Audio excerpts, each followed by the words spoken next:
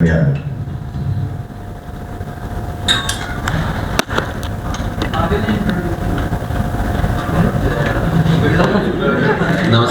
ഞാൻ സുരാജ് വിജ്ഞാനോട് ഇനി ഇൻട്രൊഡ്യൂസ് ചെയ്യുന്നു. ഒരുപാട് സന്തോഷമുണ്ട് നമ്മുടെ ഈ സിനിമ ഇരുകൈ നീട്ടി സ്വീകരിച്ചതിൽ. നമ്മൾ പ്രതീക്ഷിച്ചതിനേക്കാൾ മേളിലായിരുന്നു നമുക്ക് കിട്ടുന്ന റെസ്പോൺസ്. ഏറ്റവും കൂടുതൽ ആൾക്കാർ പറയുന്നത് ഒരു ഉഗ്രൻ കോംബോ ആയിരുന്നു, ആസിഫും ഞാനും കൂടെ ഉള്ള ഉഗ്രൻ കോംബോ ആയിരുന്നു എന്ന് പറഞ്ഞു. ഒരുപാട് സന്തോഷം. പിന്നെ അതുപോലെ തന്നെ തങ്കത്തിനെ കുറിച്ച് ഒരുപാട് നീ തങ്കമല്ലട പൊന്നപ്പന എന്നിങ്ങനെ പറയുന്ന ആൾക്കാരുണ്ട്. കാരണം ആദ്യത്തെ സിനിമ സൂപ്പർ ഹിറ്റ്, രണ്ടാമത്തതും അതിനേക്കാളും മേളിൽ അഭിപ്രായം നേടി എന്ന് പറയുമ്പോൾ ഒരുപാട് സന്തോഷം. സംവിധായകനും ഭയങ്കര സന്തോഷത്തിലാണ് ആദ്യ സിനിമ ഇത്രയും വിജയം കൈവരിച്ചതിൽ. പ്രൊഡ്യൂസർ വൻ ഹാപ്പി. കാരണം ആദ്യ ദിവസം തൊട്ട് ഇവരെങ്ങനെയാന്ന് പറഞ്ഞു കഴിഞ്ഞാൽ ഈ ക്യാഷ് വന്ന് വീഴുന്ന അനുസരിച്ചിട്ടാണ് സന്തോഷത്തിന്റെ അളവ് കൊടുക്കുന്നത്. പിന്നെ മനോഹരമായ ഒരു സിനിമ ചെയ്തതിലുള്ള സന്തോഷമുണ്ട്. എന്ത് കാര്യം വേണമെങ്കിലും ചോദിക്കാം. ഇത് ഒരു റിയൽ സ്റ്റോറി ആയിരുന്നു. അത് ഞാൻ ഇടയ്ക്കൊക്കെ പറയുമായിരുന്നു. ശരിക്കും എൻ്റെ കഥാപാത്രം എന്ന് പറയുന്നത് തങ്കത്തിൻ്റെ കഥാപാത്രം. ബാക്കിയെല്ലാം പറഞ്ഞു കൊടുക്കും. മറ്റാളവിടെ ഇദ്ദേഹത്തിൻ്റെ കഥാപാത്രം ചെയ്യുന്ന ആളവിടെ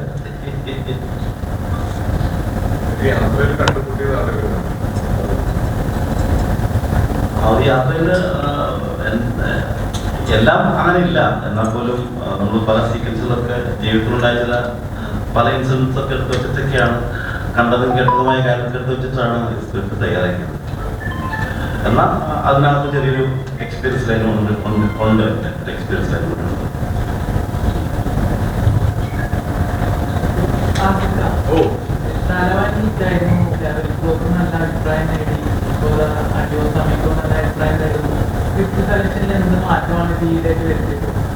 ഒരു മാറ്റം വരുത്തിയിട്ടില്ല. ഞാൻ എപ്പോഴും ചെയ്യുന്ന പ്രോസസ്സ് തന്നെയാണ് ചെയ്തത്. പിന്നെ ഞാൻ എപ്പോഴും പറയുന്ന ഒരു കാര്യമാണ്, കഴിഞ്ഞ 15 വർഷമായിട്ട് സിനിമകൾ ചെയ്തുകൊണ്ടിരിക്കുകയാണ്. അപ്പോൾ ഒരുപാട് നല്ല ടെക്നീഷ്യൻസിന്റെ കൂടെ വർക്ക് ചെയ്യാൻ പറ്റിയിട്ടുണ്ട്, ഒരുപാട് നല്ല ആക്ടേഴ്സിന്റെ കൂടെ വർക്ക് ചെയ്യാൻ പറ്റിയിട്ടുണ്ട്. എൻ്റെ കൂടെ എൻ്റെ സമപ്രായക്കാരായ ഒരുപാട് നടന്മാരും വലിയ വലിയ വിജയങ്ങൾ കൈവരിക്കുന്നത് ഞാൻ കണ്ടിട്ടുണ്ട്. അപ്പൊ അവരിൽ നിന്നൊക്കെ ഇൻസ്പയർഡ് ആയിട്ടുണ്ടാവാം. അതിലുണ്ടായ മാറ്റങ്ങളാണ്. ബോധപൂർവം ഞാൻ ഇന്ന് മുതൽ നന്നാവാം എന്ന് പറഞ്ഞ് ഞാൻ ചെയ്തിട്ടില്ല. അത് അറിയായിരുന്നെങ്കിൽ ഞാൻ നേരത്തെ ചെയ്തത്. പിന്നെ ഒരുപാട് ആഗ്രഹിച്ച ഒരു ചോദ്യമാണത്. 3 സിനിമകൾ ബാക്ക് ടു ബാക്ക് ഹിറ്റായി എന്ന് പറഞ്ഞ എൻ്റെ അടുത്ത് ഒരു സോഷ്യൽ ഗ്യാതറിംഗിൽ ചോദിക്കുന്നത് ഞാൻ ഒരുപാട് ആഗ്രഹിച്ച ഒരു ചോദ്യമാണ്. അതിനൊരുപാട് സന്തോഷമുണ്ട്. ഒരു വലിയ റെസ്പോൺസിബിലിറ്റിയും കൂടിയാണ്. പ്രത്യേകിച്ച് ഈ വർഷം തുടങ്ങിയപ്പോൾ മുതൽ നമ്മൾ മലയാള സിനിമയെ പറ്റി അല്ലെങ്കിൽ മലയാളം ഫിലിം ഇൻഡസ്ട്രീനെ പറ്റി നമ്മളും പുറത്തുനിന്നുള്ള ആളുകളും എല്ലാം വളരെ അഭിമാനത്തോടെ പറയുന്ന ഒരു കാര്യമാണ് നമ്മളുടെ സിനിമകളെ പറ്റിയത്. അപ്പൊ അത് മുന്നോട്ട് കൊണ്ടുപോകാൻ പറ്റി. ഈ വർഷം ഞാനൊരു പടം ഇറക്കിയത് മോശമാക്കിയില്ല എന്നുള്ളൊരു സന്തോഷം എനിക്കുണ്ട്. 3 ഡിഫറെന്റ് ജോണറിലുള്ള സിനിമകൾ എനിക്ക് തന്നെ ചെയ്യാൻ പറ്റി. നമ്മുടെ ഇൻഡസ്ട്രിയിൽ വരുന്നത് ഇപ്പോൾ തമിഴിൽ നിന്നൊക്കെ ഉള്ള പല റിവ്യൂവേഴ്സും എടുത്തു പറയുന്നത് നമുക്ക് കാണാൻ പറ്റിയിട്ടുണ്ട്. മലയാള ഫിലിം ഇൻഡസ്ട്രിക്ക് ഇത്തരത്തിലുള്ള സിനിമ എന്നല്ല, അവരെല്ലാ രീതിയിലുള്ള സിനിമകളും ചെയ്യും. ഇപ്പോൾ ഈ കഴിഞ്ഞ ദിവസം ചെന്നൈയിൽ നിന്നുള്ള തമിഴിൽ നിന്നുള്ള ഒരു പ്രമുഖ റിവ്യൂവർ ന്യൂസ് അമീഗോയെ പറ്റി പറയുന്നത് കേട്ടിട്ട് എനിക്ക് ഭയങ്കര സന്തോഷം. കാര്യം ഒരു കൾച്ചർ ആയിട്ട് ബൗണ്ടറീസ് ഇല്ലാതെ ഏത് ഭാഷയിലുള്ള ആളുകൾക്കും ഇത് മനസ്സിലാകും. ഒരു പ്രാവശ്യമെങ്കിലും യാത്ര ചെയ്തിട്ടുള്ള, വീടിന് പുറത്തേക്ക് ഇറങ്ങിയിട്ടുള്ള ആളുകൾക്ക് റിലേറ്റ് ചെയ്യാൻ പറ്റുന്ന രീതിയിലുള്ള ഒരുപാട് സിറ്റുവേഷൻസ് ഇവിടെയുണ്ട്. ഇപ്പൊ നമ്മളെല്ലാവരും ഒരുപാട് സുഹൃത്തുക്കളുള്ള ആളുകളാണ്. നമുക്കുണ്ടായിട്ടുള്ള അല്ലെങ്കിൽ നമ്മുടെ കൂടെ ഇപ്പോൾ ഉള്ള സുഹൃത്തുക്കളിൽ പലരെയും നമുക്ക് ഇങ്ങനെ കിട്ടിയതാണ്. ഇപ്പൊ തങ്കം വന്ന എൻ്റെ അടുത്ത് ഈ കഥ പറയുന്ന സമയത്തും എനിക്ക് ഒരുപാട് പേര് ഓർമ്മ വന്നു. ഈ സിനിമ കാണുന്നവർക്കും കണ്ട് ഇറങ്ങിയ അഭിപ്രായം എഴുതിയവരും എല്ലാം പറയുന്നത് അവരുടെ സുഹൃത്തുക്കളെ പറ്റിയും അവർ പരിചയപ്പെട്ട രീതിയെ പറ്റിയും ഒക്കെയാണ്. അപ്പൊ നമുക്കറിയില്ല ഒരാൾ നമ്മുടെ ലൈഫിലേക്ക് പെട്ടെന്ന് കയറി വരുന്നതും എന്തൊക്കെ വ്യത്യാസങ്ങൾ ഉണ്ടാക്കും എന്നുള്ളതും. അപ്പൊ അതൊക്കെയാണ് തങ്കം ഈ സിനിമയിലൂടെ പറഞ്ഞിരിക്കുന്നത്. എനിക്ക് ഇപ്പൊ ഞാൻ താഴെ നിന്നപ്പോ സുഹൃത്തുക്കളോട് പറഞ്ഞു, സിനിമ കഴിഞ്ഞിട്ട് ഒരു കയ്യടി കേട്ട് കഴിഞ്ഞാൽ പിന്നെ ഒരു സൈലൻസ് ഉണ്ട് തിയേറ്ററിൽ. ലൈറ്റ് വരുമ്പോ എല്ലാവരും ഇങ്ങനെ ഇരിക്കുന്നുണ്ട്. കരന്റെ കണ്ണ് ആരും കാണാതിരിക്കാൻ വേണ്ടി. അത് കണ്ണുനീര് കാണുമ്പോൾ സന്തോഷം വരുന്നത് ആദ്യമായിട്ടാണ്. തിയേറ്റർ വിസിറ്റ്സിന് ഇപ്പൊ നമ്മൾ രാഗത്തിൽ പോയി തൃശ്ശൂർ, ഇപ്പൊ അവിടെയൊക്കെ ഞാൻ വനിത അവിടെയൊക്കെ പോയ സമയത്ത് നമ്മൾ കാണുന്നത് ആളുകൾ നമ്മളെ നോക്കുമ്പോൾ കലങ്ങിയ കണ്ണായിട്ടാണ്. പലർക്കും പലരെ ഓർമ്മ വരുന്നു, പല യാത്രകളും ഓർമ്മ വരുന്നു. അപ്പൊ അതൊക്കെയാണ് ഈ സിനിമ പയ്യെ ആളുകളിലേക്ക് എത്തുന്നു എന്നുള്ളതിന്റെ ഒരു വലിയ സൈൻ. ഞാൻ വിചാരിച്ചത് അത്രയും ഞാൻ വിചാരിച്ച അത്രയും ഈ സിനിമ എത്തിയിട്ടില്ല. ആളുകൾ അറിഞ്ഞ് എത്തുന്നതേ ഉള്ളൂ. ഒരുപക്ഷെ ഇത്തരത്തിലുള്ള ഒരു ഫീലിംഗ് നേരത്തെ ഉണ്ടായത് സൺഡേ ഹോളിഡേക്കാണ്. സൺഡേ ഹോളിഡേ ഇതുപോലെ ആദ്യത്തെ 2-3 ദിവസം കഴിഞ്ഞ് ഫാമിലി ഓഡിയൻസ് വന്ന് തുടങ്ങിയതിന് ശേഷമാണ് ആ സിനിമ വലിയൊരു വിജയത്തിലേക്ക് പോവുകയും 110 ദിവസത്തോളം അത് ഓടുകയും ചെയ്തത്. അത്തരത്തിലുള്ളൊരു വിജയത്തിലേക്കാണ് ഈ സിനിമ പോകുന്നതെന്നാണ് എന്റെ പ്രതീക്ഷ. ഈ കഴിഞ്ഞ ശനിയും ഞായറുമായിട്ട് ഏറ്റവും കൂടുതൽ വന്ന് കണ്ടത് ഫാമിലീസ് ആണ്. നമുക്ക് കാണാം മുത്തശ്ശനും മുത്തശ്ശിയും അച്ഛനും അമ്മയും മക്കളും ഒക്കെ ആയിട്ട് സിനിമ കാണാൻ വരുന്നതും അവര് ഇതിന്റെ ഇമോഷൻ കൃത്യമായി മനസ്സിലാക്കുന്നതും ഒക്കെ. അപ്പൊ യെസ്, എന്തോ ചോദിച്ചു, ഞാൻ എന്തൊക്കെയോ പറഞ്ഞു, സോറി. അതുപോലെ നിങ്ങളുടെ ക്യാരക്ടറായിട്ട് അത് പൊതുവെ നമ്മുടെ സിനിമയിൽ അങ്ങനെ ആക്ടേഴ്സ് പറയുന്നുണ്ട് ആ ക്യാരക്ടറായിട്ട് പറയുന്നുണ്ട്. നാസിന് ഒരുപാട് ഐഡിയാസ് ഉള്ള ഒരു മനുഷ്യനാണ്. അതുപോലെ തന്നെ സപ്പോർട്ട് ചെയ്ത് കൊടുത്ത ഒരാളാണ് ഇതിന്റെ തിരക്കഥാകൃത്ത് തങ്കവും സംവിധായകൻ നിർമ്മാതാവും. അപ്പൊ ഞങ്ങളിത് ഇങ്ങനൊരു പ്ലാൻ ഇത് ആദ്യം ചെയ്തത് ഹണീബിയിലാണ്. ഹണീബി തുടങ്ങുമ്പോൾ ഞാനും ബാലുവും കൂടെ നിന്നിട്ട് പറയുന്നുണ്ടായിരുന്നു. അപ്പൊ പെട്ടെന്നാണ് നാസ് ഇങ്ങനെ എന്നോട് ചോദിച്ച്, ഇക്ക നമുക്ക് നിങ്ങളുടെ രണ്ടുപേരുടെ സ്ലാങ്ങിൽ ഇത് പറഞ്ഞാലോ. അപ്പൊ അവിടെ മുതൽ ഓഡിയൻസ് ഇത് ശ്രദ്ധിക്കണം എന്നുള്ളതും, കാര്യം നമ്മൾ ഇവരുടെ രണ്ടുപേരുടെയും വലിയ ബാക്ക് സ്റ്റോറീസ് ഒന്നും ഈ സിനിമയിൽ കാണിക്കുന്നില്ല. അപ്പൊ നമുക്ക് ആദ്യം മുതലേ തന്നെ ഈ ക്യാരക്ടേഴ്സിനെ ഓഡിയൻസിലേക്ക് എത്തിക്കണം എന്നുണ്ടായിരുന്നു. അതിന് ഉണ്ടാക്കിയ ബ്രില്യന്റ് ഐഡിയ ഇദ്ദേഹത്തിന്റെയാണ്.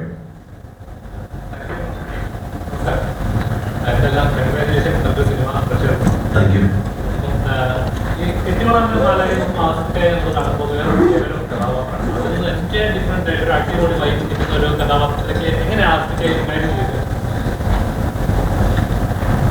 അല്ല, അത് ആശ്ചര്യതരം വൃത്തിയാകുമെന്ന് തോന്നിയിരുന്നു. അതുകൊണ്ട് തന്നെയാണ് ഈ കഥ എൻഡ് ചെയ്യുമ്പോൾ പോലും സത്യം പറയാൻ അവരുടെ പ്രശ്നങ്ങൾ മാറുന്നില്ല. അവരുടെ ജീവിതത്തിൽ പിന്നെയും മുന്നോട്ട് പോകുന്നത് പലരും തിയേറ്ററിൽ അറിയുമ്പോൾ പറയും ഇതിന് രണ്ടാം ഭാഗം വന്നിട്ടില്ല, അവരുടെ ലൈഫിൽ എന്ത് സംഭവിച്ചു, അവരുടെ ലൈഫിൽ ആരൊക്കെ ഉണ്ടെന്ന് അറിയാനായിട്ടുള്ള ഇൻട്രസ്റ്റ് പലരും പറഞ്ഞിട്ടുണ്ട്. എനിക്ക് രണ്ടാം ഭാഗം തന്നെ ചാനൽ അവര് വീണ്ടും ഇനി കണ്ടുമുട്ടുവാണെങ്കിൽ കൂട്ടട്ടെ, ചിലപ്പോൾ കണ്ടുമുട്ടാൻ സാധ്യത ഉണ്ടാവുമല്ലോ. നമ്പറൊക്കെ മേടിച്ചിട്ടില്ലേ സാധ്യത അല്ലേ?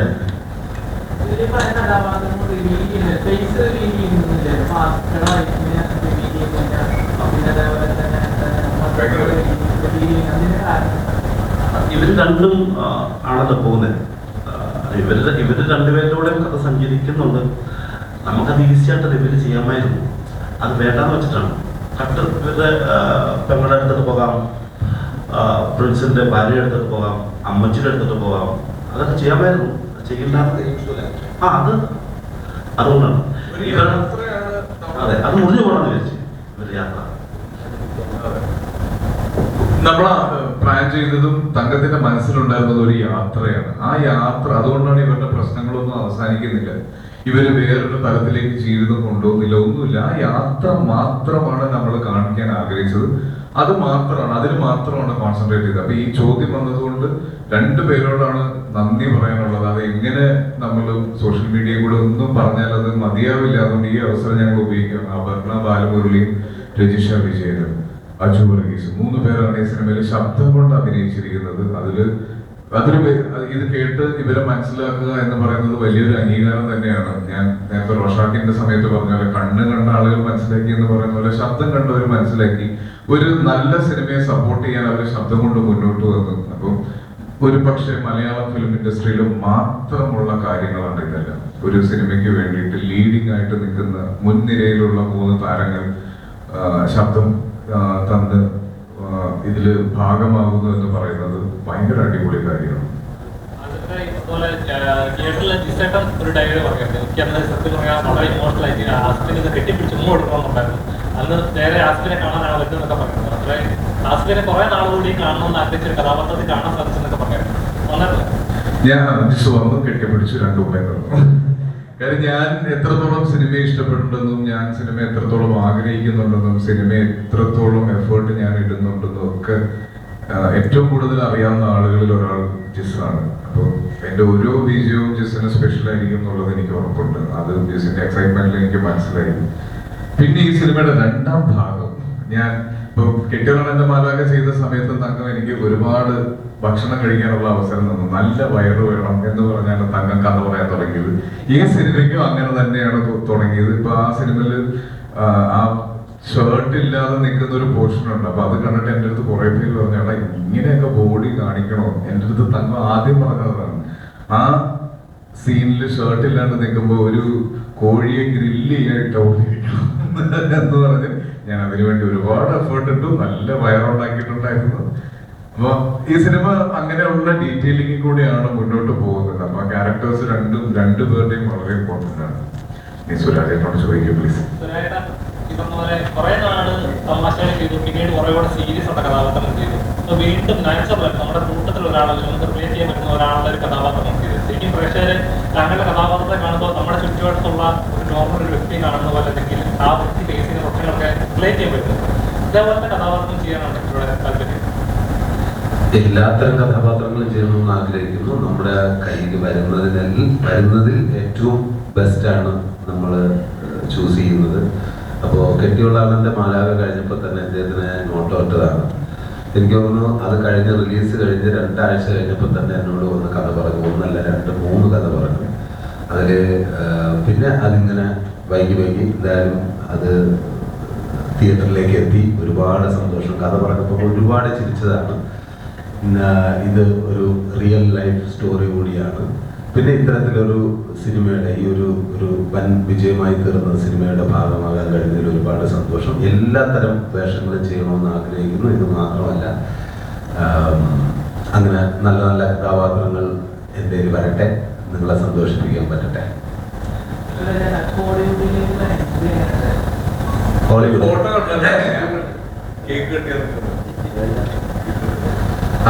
എൻട്രി അടിപൊളിയായിരുന്നു. വിക്രം സാറ്, SJ സൂര്യ, അങ്ങനെ വലിയ കിട്ടില്ല താര നിരകളോടൊപ്പം സ്ക്രീൻ ഷെയറിംഗ് കിട്ടി. അതൊരു മഹാഭാഗ്യം. വീര ധീര ശൂല അതിൻ്റെ ഷൂട്ടിംഗ് തീർന്നിട്ടില്ല. നല്ല എക്സ്പീരിയൻസ് ആണ്. അരുൺകുമാറാണ് അതിൻ്റെ സംവിധാനം.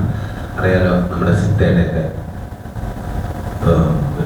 അതിൻ്റെയൊക്കെ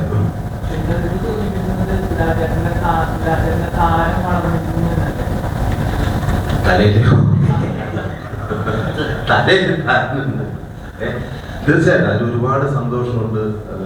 നമ്മൾ ആഗ്രഹിച്ചിരുന്നതാണ് അങ്ങനെ തമിഴിലും അന്യഭാഷയിലൊക്കെ ഒന്ന് അഭിനയിക്കണമെന്ന് ആഗ്രഹിച്ചു. അപ്പോൾ അതിന് കറക്റ്റായിട്ട് ഒരവസരം കിട്ടിയത് ഇപ്പോഴായിരുന്നു.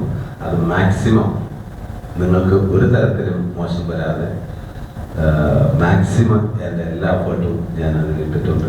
ബാക്കിയെല്ലാം ദൈവത്തിലായി.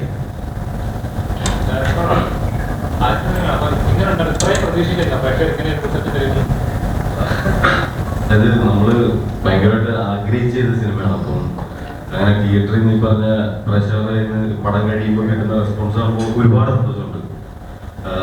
എന്താ പറയാ, നമ്മള് പ്രതീക്ഷിച്ചതിനപ്പുറം ഒരു വലിയൊരു ഹാപ്പിനെസ് തന്നെയാണ് കിട്ടുന്നത്.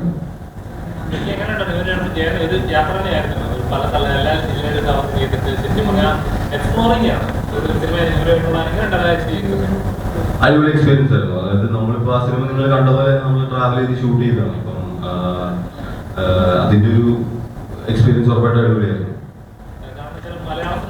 എക്സ്പെരിമെന്റ് ചെയ്യാൻ ആഗ്രഹിക്കുന്ന ഒരു ഇൻഡസ്ട്രിയാണ്. ഓരോ സിനിമകൾ ചെയ്യുമ്പോൾ നിന്ന് വ്യത്യസ്തമായിട്ട് എത്രത്തോളം ക്രിയേറ്റ് ചെയ്യാനാണ് ശ്രമിക്കുന്നത്. ഇതുപോലും അങ്ങനത്തെ ഒരു എക്സ്പെരിമെന്റ് എനിക്ക് ഫീൽ ചെയ്തു. ഇത് മൊത്തമുള്ള സിനിമകൾ ചെയ്യാനാണ് താല്പര്യം. എല്ലാത്തരം സിനിമകളും ചെയ്യാനാണ് താല്പര്യം. അപ്പോൾ ഇതിപ്പോ തങ്കച്ചേട്ടൻ്റെ അടുത്ത് ഈ കഥ പറഞ്ഞപ്പോൾ എനിക്കത് ഭയങ്കരമായിട്ട് ഇഷ്ടപ്പെട്ട ആഗ്രഹിച്ച് ചെയ്ത സിനിമയാണ്. ഈ ബോസേനെ വിളി അത് കൂടുതൽ ബോസേനെ വിളിയാണ് കൂടുതൽ. അല്ല, അത് സ്ക്രിപ്റ്റിലുണ്ടായിരുന്നതാണ്. 100% സ്ക്രിപ്റ്റിലുണ്ടായിരുന്നു. പിന്നെ കുറച്ച് എണ്ണം കൂടിയത് എന്റെ കയ്യിൽ നിന്നും പറ്റിയിട്ടുണ്ട്. പല സമയത്തും അത് ഡബിങ്ങിലൊക്കെ എണ്ണം കുറച്ചിട്ടുണ്ട്. എനിക്ക് തോന്നുന്നു ആ സമയത്താണ് ആനിമൽ ഇറങ്ങിയത്. ആനിമൽ ഇറങ്ങിയിട്ട് ഇങ്ങനെ പപ്പ പപ്പ പപ്പ എന്നുള്ളത് എണ്ണി വന്നു. അപ്പൊ ലാസ്റ്റ് നിൽക്ക ബോസ് വേണേ കുറച്ച് കുറയ്ക്കാം. എന്നിട്ട് അത് സംസാരിച്ച് ആ ഫ്ലോ കിട്ടിയപ്പോ ആ ബോസ് എന്നുള്ള വിളിയിൽ ഒരു സുഖമുണ്ട്. എനിക്ക് ആ സുഖം ഇതിനു മുന്നേ കിട്ടിയത് മച്ചാനെ എന്നുള്ള വിളിയിലാണ്. ഞാൻ ആ വിളിയായിരുന്നു എല്ലാവരെയും വിളിച്ചോണ്ടിരുന്നത്. അപ്പൊ ഞാൻ ഇപ്പൊ തിയേറ്റേഴ്സിൽ നിന്ന് ഇറങ്ങുമ്പോൾ നമുക്ക് കിട്ടുന്ന ഒരു ട്രെൻഡ് ആണ്. ഞാൻ തിയേറ്റർ വിസിറ്റിന് പോകുന്ന സമയത്തൊക്കെ ആൾക്കാർ തമ്മിൽ അങ്ങോട്ടും ഇങ്ങോട്ടും ബോസെ കൂട്ടുകാര എന്ന് വിളിക്കുന്നത് കാണാൻ പറ്റുന്നുണ്ട്. അപ്പൊ ആ വിളിയിലൊരു സ്പെഷ്യാലിറ്റി ഉണ്ട്. നമ്മള് സിനിമയിൽ പേര് ചോദിക്കാൻ രണ്ടുപേരും മറന്നു പോകുന്നത് ആ വിളി കാരണമാണ്. തിയേറ്ററിൽ വലുതെന്നിറങ്ങിയപ്പോൾ കാണാനായിട്ട് കണ്ണൊക്കെ നിറഞ്ഞ് വളരെ ഇമോഷണലായിട്ട് കാണാനിടയായിട്ട് പ്രേക്ഷകർ ഒരുപാട് നാളുകൂടി ആ ഇക്കാന്ന് വിളിച്ച് ചേർത്ത് പിടിക്കുമ്പോൾ ഉണ്ടാകുന്ന ഫീലിംഗ് ഏറ്റവും കൂടുതലായിട്ട് തലവിൽ ഇതേപോലെ ഇമോഷണലായിട്ടുണ്ട് ഈ സിനിമയിലുണ്ട്. അതിന് സന്തോഷവും സാറ്റിസ്ഫാക്ഷനും സംതൃപ്തിയും ഉണ്ട് അതില്.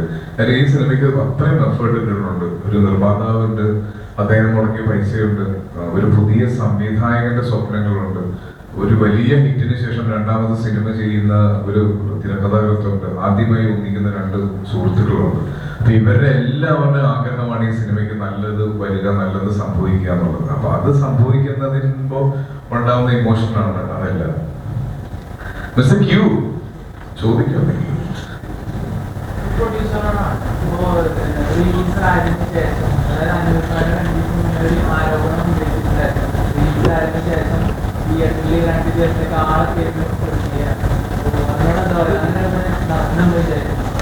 അത് പുള്ളിയുടെ തന്നെ ചോദിക്കണം, എനിക്കറിയില്ല.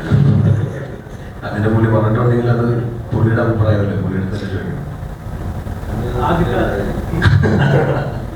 ആദ്യമൊക്കെ ഇപ്പൊ നമ്മുടെ വയനാട് നടന്ന ഒരു സംഭവം one of the biggest national ഡിസാസ്റ്ററാണ്.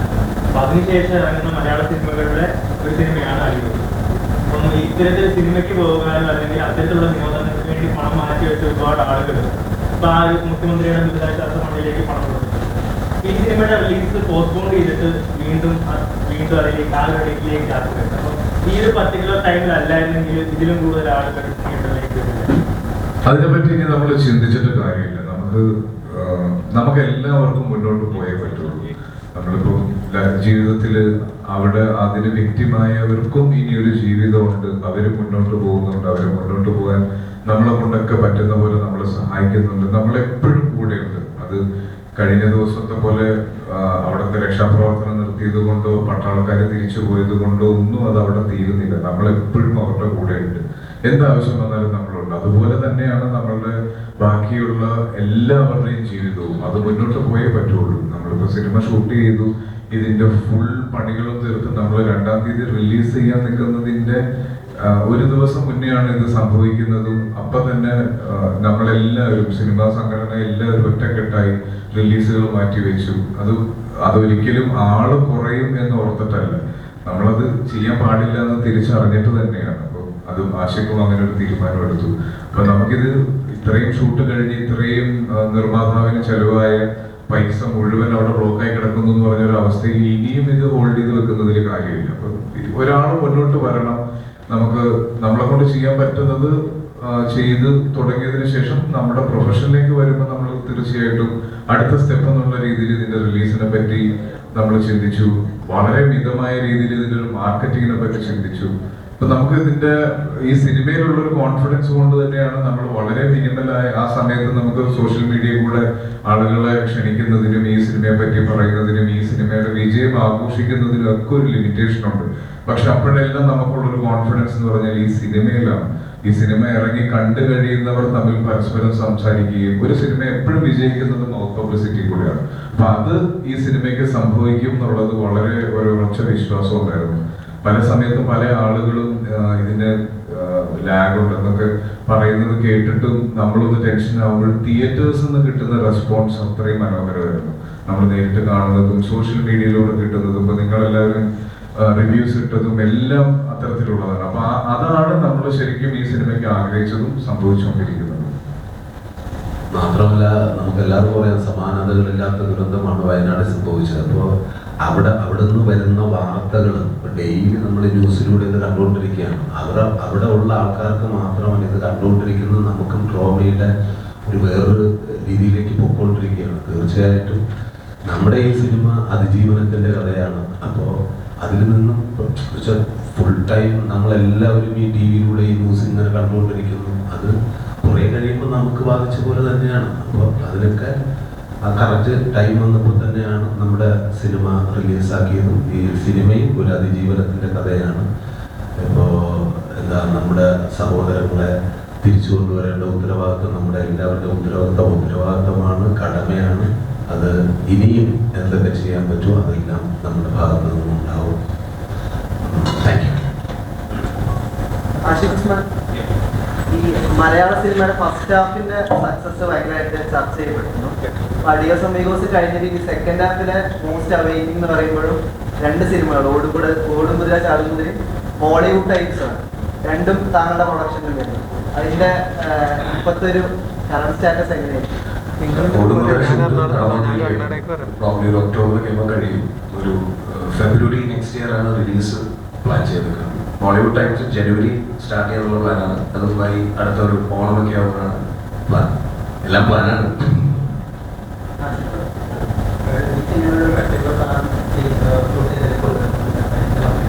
അതെ,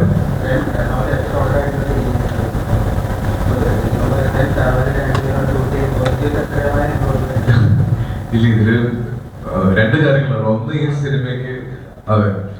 സിനിമയ്ക്ക് ഒരു വിധത്തിലുള്ള കോംപ്രമൈസിനും ഇവിടെ ഇരിക്കുന്ന ആരും തയ്യാറായിട്ടില്ല. ഇപ്പൊ അതിന്റെ ഒരു എക്സ്പെൻസീവ് ആണെങ്കിലും നമ്പർ ഓഫ് ഡേയ്സ് ആണെങ്കിലും ഒരു സംവിധായകന്റെയും തിരക്കഥാകൃത്തിന്റെയും ഭാഗത്തുള്ളതാണെങ്കിലും ഞങ്ങൾ രണ്ടുപേരുടെ ഭാഗത്തുള്ളതാണെങ്കിലും ഇപ്പൊ എന്റെ തന്നെ എടുത്ത് നോക്കുകയാണെങ്കിൽ അപ്പിയറൻസിൽ അത്രയും വലിയ ഇപ്പൊ ഒരു ആക്ടറിനെ സംബന്ധിച്ചിടത്തോളം മുടി ഷേവ് ചെയ്യുക എന്ന് പറഞ്ഞാൽ, അതായത് ഇപ്പൊ കാശ് കൊടുത്ത് മുടി ട്രാൻസ്പ്ലാന്റ് ചെയ്തുകൊണ്ടിരിക്കുന്ന സമയമാണ്. ആ സമയത്ത് ഞാൻ ഷേവ് ചെയ്തപ്പോൾ തന്നെ ഇവർ രണ്ടുപേരോടും പറഞ്ഞു ഇത് വന്നില്ലെങ്കിൽ ട്രാൻസ്പ്ലാന്റ് ചെയ്യാനുള്ള പൈസ എനിക്ക് തന്നെ എന്ന് പറഞ്ഞു.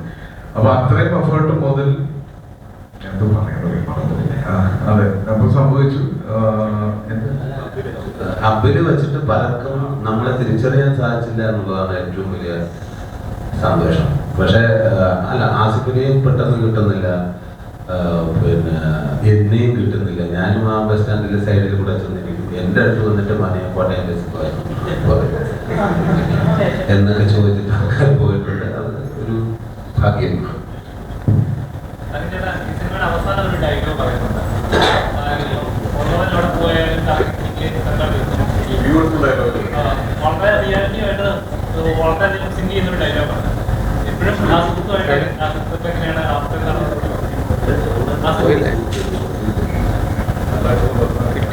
അതേപോലുള്ള ബന്ധം അങ്ങനൊരു സാഹചര്യമൊക്കെ നമ്മൾ കഥാപാത്രം നിലയിൽ എഴുതിയാണ്.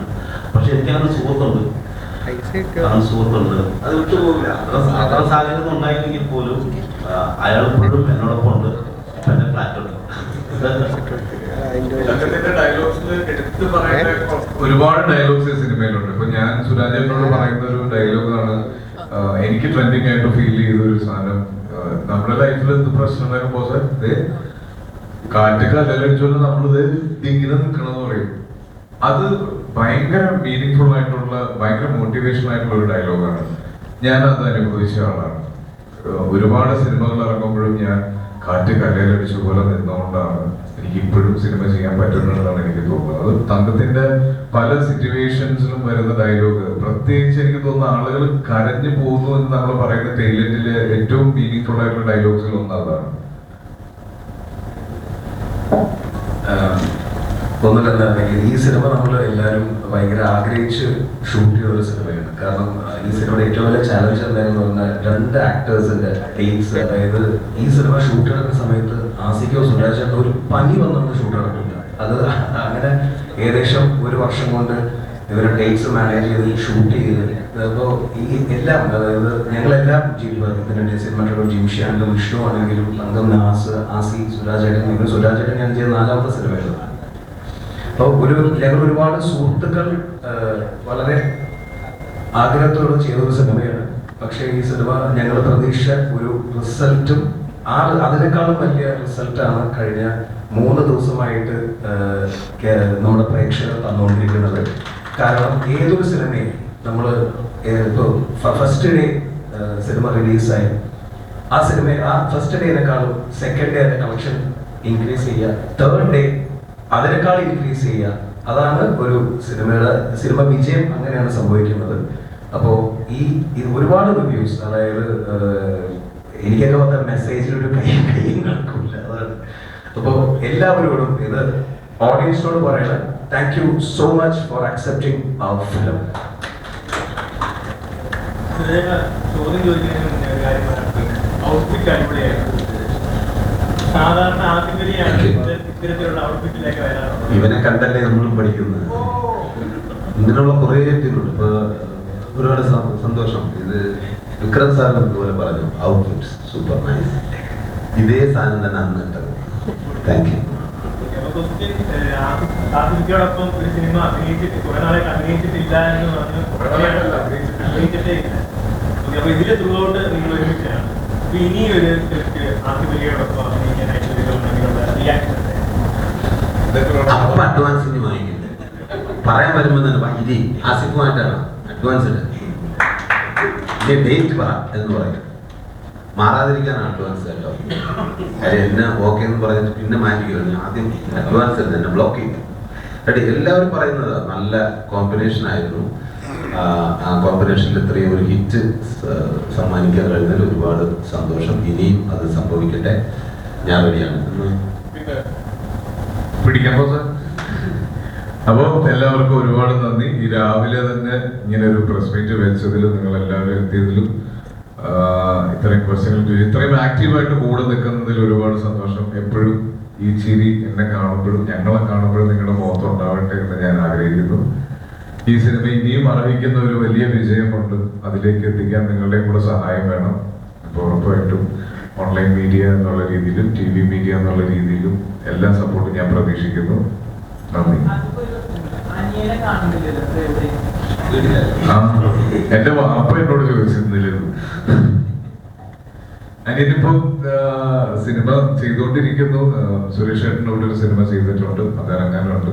ഞങ്ങള് പ്രൊഫഷണൽ വൈസ് അല്ലെങ്കിൽ സിനിമ കാര്യങ്ങൾ ചർച്ച ചെയ്യലില്ല. ഞങ്ങൾ തമ്മിൽ കാണും. എനിക്കിപ്പോഴും അവൻ അനിയനാണ്. ഇപ്പോഴും ഞാൻ അവൻ്റെ അടുത്ത് എന്താ പരിപാടി എന്ന് മാത്രമേ ചോദിക്കാറുള്ളൂ. നിങ്ങളോടൊക്കെ ചോദിക്കുന്ന പോലെ തന്നെ അവരോട് ചോദിക്കാറുള്ളൂ. ഇതൊരു അപ്പൊ ഓക്കെ, താങ്ക് യു. അല്ല, അവനോട് ചോദിക്കാറില്ല, അവനെ കാണാറുണ്ടോ? അപ്പൊ താങ്ക് യു. ഇന്നത്തെ ഏറ്റവും ഹൈലൈറ്റ് ചോദ്യം, ഔട്ട്ഫിറ്റ് സൂപ്പർ. എല്ലാവരും ഒന്ന് കണ്ടോട്ടെ. Thank you.